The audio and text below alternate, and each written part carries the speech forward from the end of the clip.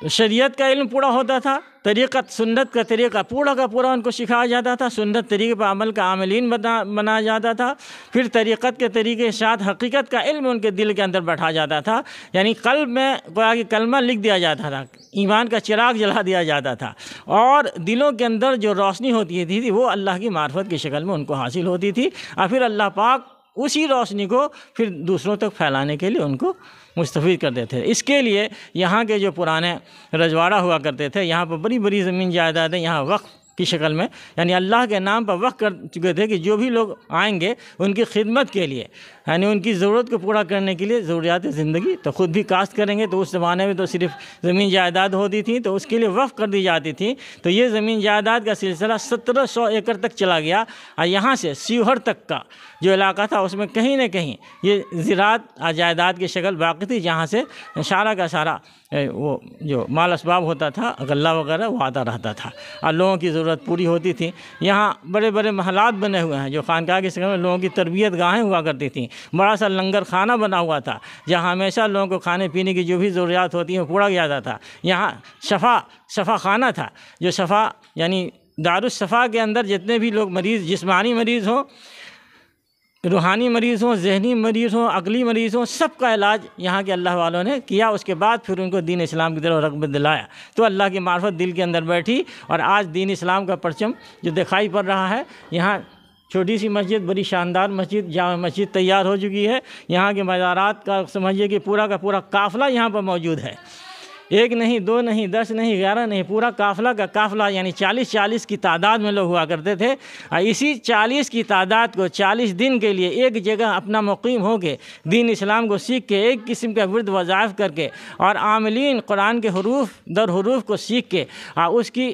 یعنی ورد وظائف اور کثرت سے ذکر جہری کر کے، اور پھر دلوں کو منور کرتے تھے۔ اسی کا سلسلہ وہ چشتیہ سلسلہ کہلاتا ہے۔ تو چشتیہ سلسلے کے اندر جو داخل ہو جاتے تھے تو اللہ تعالیٰ ان کے دلوں کے اندر ایمان کی مہر لگا دیتے تھے، اور جنت کا وسیلہ ان کے لیے آسان ہو جاتا تھا، اور باقی دوسروں تک دعوت پہنچتی رہتی تھی۔ پھر دعوت تبلیغ کے ذریعے پھر لوگوں تک وہ پھیلتی چلی جاتی تھی، اور لوگ جو ہے وہ بالکل یعنی شر فتن سے بچ جانے والے، ہر قسم کی بلا فتنے پریشانی سے بچ جانے والے، اپنے آپ کو امن محسوس کرنے والے۔ پھر معاشرے کے اندر کیا ہوتا تھا کہ قضا کا نظام جاری ہوتا تھا، اور قضا کے نظام میں لوگ داخل ہو جاتے تھے، اور جتنا بھی انصاف ان کے گھر کے اندر ہو سکتا ہے، معاشرے کے اندر ہو سکتا ہے، سب اپنے جو قوم کے سردار ہوا کرتے تھے وہ اپنی اپنی پگڑی کے ساتھ، اپنے آشا کے ساتھ، لاٹھی کے ساتھ، اور اپنی زبان سے اس بات کا حلف لیتے تھے کہ ہم اب ہرگز گناہوں کی طرف نہیں جائیں گے، ہمیشہ گناہ سے توبہ کرنے والے بنیں گے، اور توبہ کی توفیق اگر ہمیں مل گئی تو پھر ہم دوبارہ گناہ نہیں کریں گے۔ ایک بار توبہ پر اگر جم گئے اور توبہ استغفار کر لیا، کفر سے توبہ، شرک سے توبہ، نفاق سے توبہ، ہر قسم کے گناہ کبیرہ سے توبہ اگر کر لیا تو پھر دوبارہ گناہ کی طرف نگاہ بھی نہیں اٹھاتے تھے۔ اللہ کی طرف سے بھی اعلان ہے کہ اے ایمان والو، اگر تم ایمان میں داخل ہو گئے تو ہرگز تیرے دل کا میلان گناہوں کی طرف نہیں ہونا چاہیے۔ سرور بابا کے بارے میں بتائیے۔ داتا سرور علی شاہ رحمۃ اللہ علیہ جس زمانے کے اندر یہاں پر موجود رہے ہیں تو انہوں کے ذریعے بہت بڑا کارنامہ یہاں پر انجام دیا گیا، اور دین اسلام کی فطرت جو لوگوں کے اندر تھی، جن کو تلاش تھی، وہ قریب ہوتے چلے گئے، اور اللہ پاک نے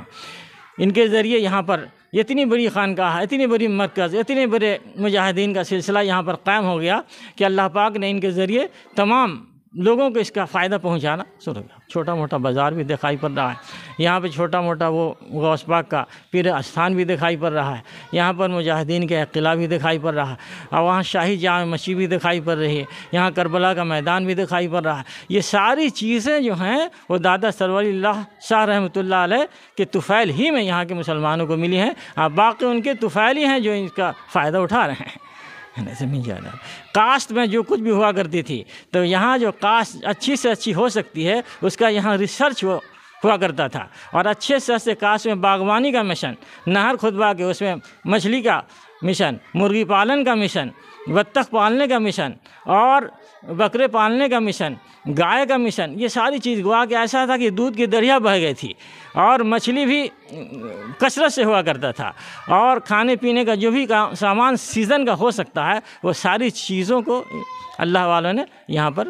زمین کے اندر کاشت کر کے دکھایا، باغبانی میں یعنی باغات لگا کے دکھایا۔ اللہ پاک کی دعا، اللہ سے دعا کر کے جو باغات لگائی جاتی ہیں، اللہ سے دعا مانگ کے جو باغات کے اندر پھل آتے ہیں، ان کے اندر مٹھاس، اس کے اندر جو خوشبو، اس کے اندر جو مزے ہوتے ہیں وہ کچھ اور ہوا کرتے ہیں جو اب دکھائی نہیں پڑتا ہے۔ آج بھی تمام لوگ یہی بولتے ہیں کہ اب وہ کاشت یعنی جو چاول ہے، جو گیہوں ہے، جو ہر قسم کی دالیں ہیں، اس کے اندر وہ مزہ نہیں ہے جو پہلے ہوا کرتا تھا۔ تو بغیر دعا کی چیزیں جو ہو رہی ہیں اس کے اندر سے صفات بھی نکلتی چلی جا رہی ہیں۔ اس لیے اب ضرورت یہ ہے کہ اللہ والوں کے ذریعے دین اور دعائیں اور جو